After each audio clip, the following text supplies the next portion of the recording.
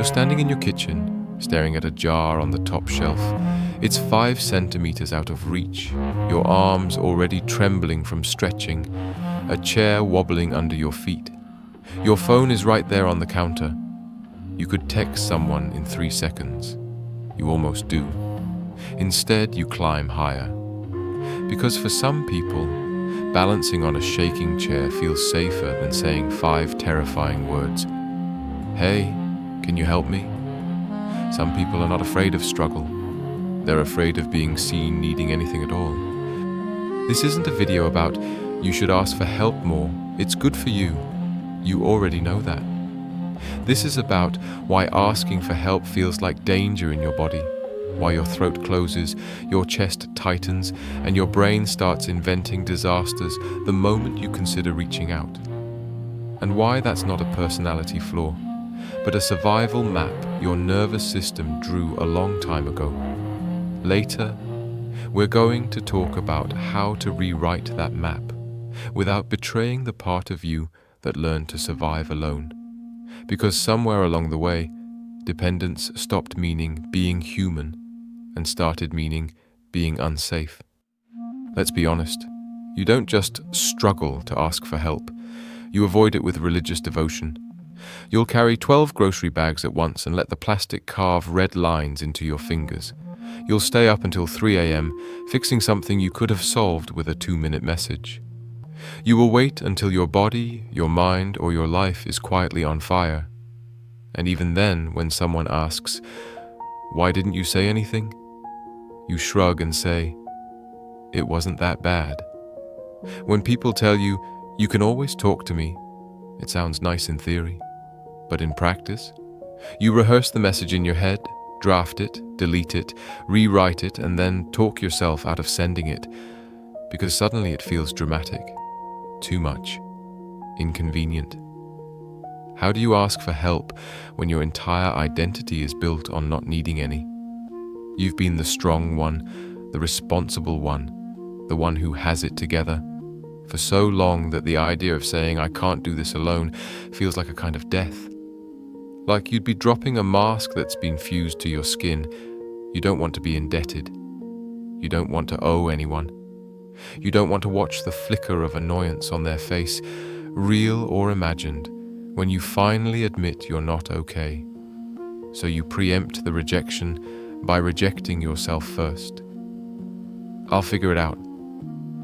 I don't want to bother anyone. It's not that important. And of course, on the outside, you look competent, capable, self-sufficient. On the inside, you're exhausted, resentful that no one sees how hard you're working, embarrassed that a part of you still wishes that just once someone would notice you're drowning without you having to scream. At some point, "I can handle it" stopped being a skill. It became your prison. If you recognize yourself in this, pause for a moment and just notice that. Not to judge it, just to name it. I'm someone who learned that asking for help feels dangerous. If you want, you can even drop a quiet line for yourself after the video. Which part of this felt the most like me? Let's dig into where this comes from, because you can't white-knuckle your way into asking for help. You have to understand why your whole system treats it like a threat. You didn't start here. Once you did ask for help. As a child, you cried, reached, pulled on sleeves, said, "Look at me, I need something." And what happened after that shaped everything. Maybe you learned that asking for help meant getting shamed. Stop being so dramatic. Other kids have it worse. Why can't you just handle it like your sibling? Maybe you learned that asking for help meant being ignored. A parent scrolling, a teacher overwhelmed, a caregiver drunk or depressed. You learned that your needs were background noise in someone else's chaos. Or maybe you learned that help always came with a cost. You got what you needed, and then you got the bill. Guilt, control, manipulation, strings attached. I did all this for you, and this is how you repay me. Your nervous system is not stupid. It doesn't hear "help is good." It remembers Help is shame. Help is emptiness. Help is a contract you didn't read but somehow signed.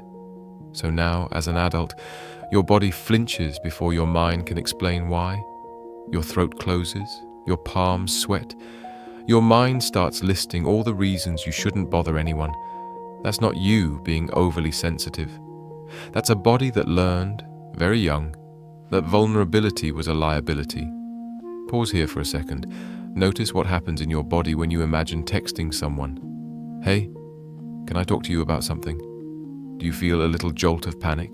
A squeeze in your chest? An urge to slam that imaginary door shut?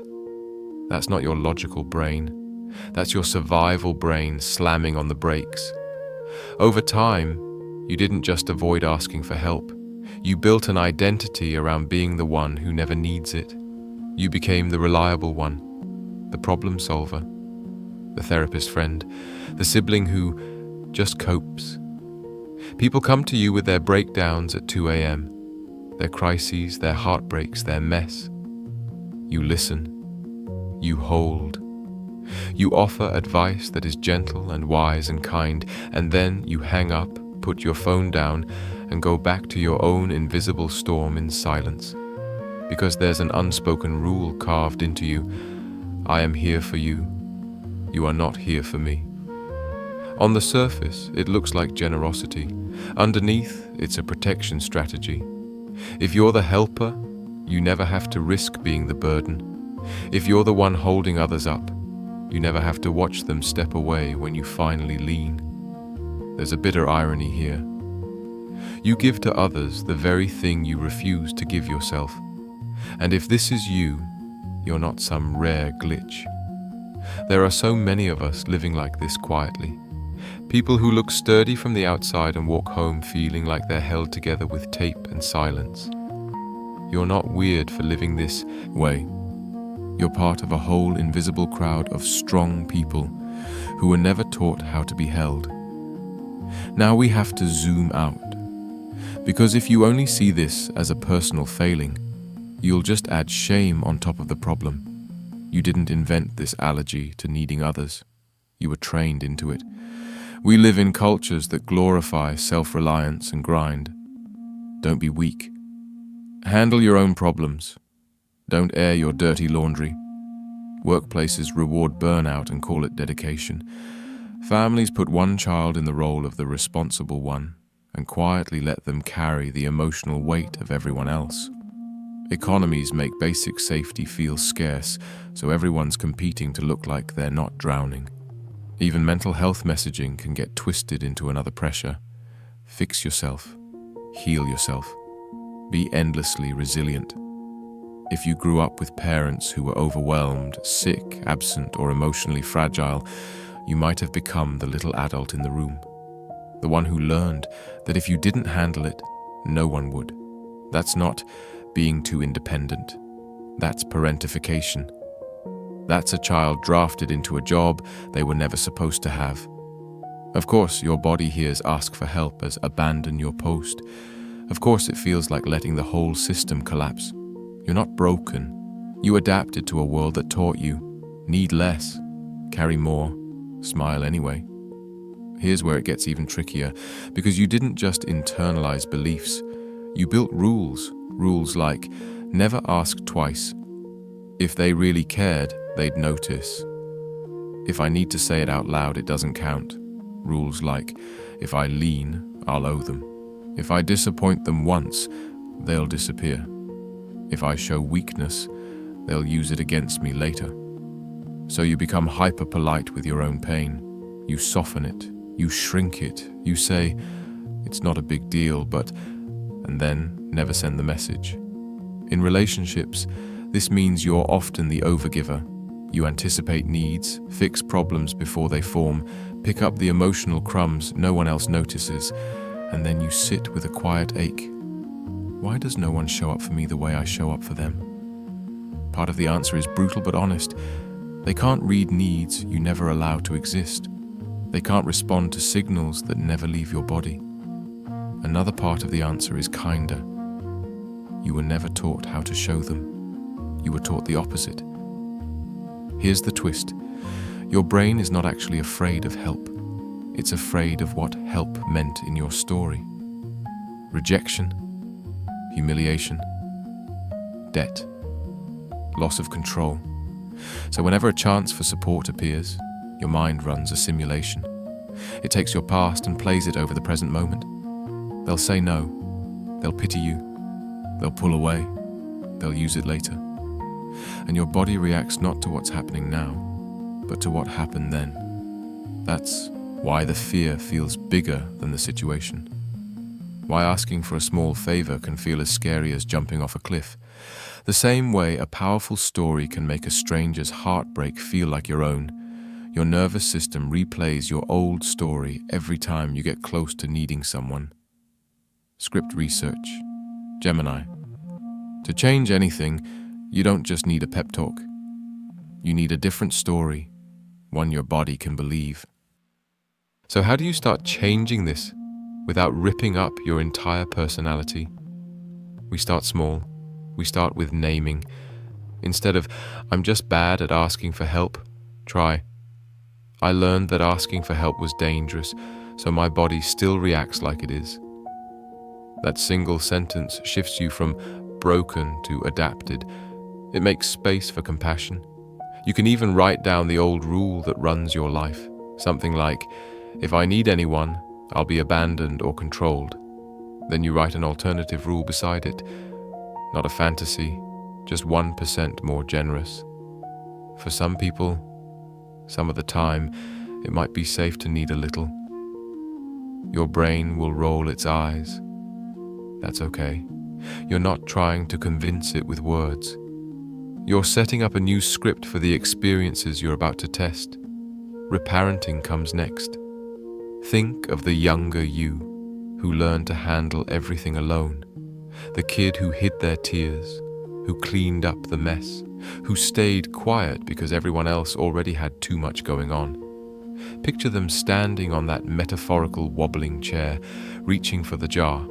No one in the room. What would you want an actual caring adult to do there? They wouldn't shout, just ask for help. They'd say something like, you shouldn't have to do this by yourself. If no one else is here, I am. You're allowed to need, even if no one around you handled that well. Reparenting is you becoming that adult now. You don't just push yourself to text someone, you offer yourself warmth before and after. Of course you're scared, of course this feels wrong. I'm proud of you for even thinking about reaching out. Then we practice safe dependence, not with everyone, not all at once. You do not owe the world your raw wounds. You're allowed to be selective. Start with low-stakes asks to people who have shown you at least some level of care.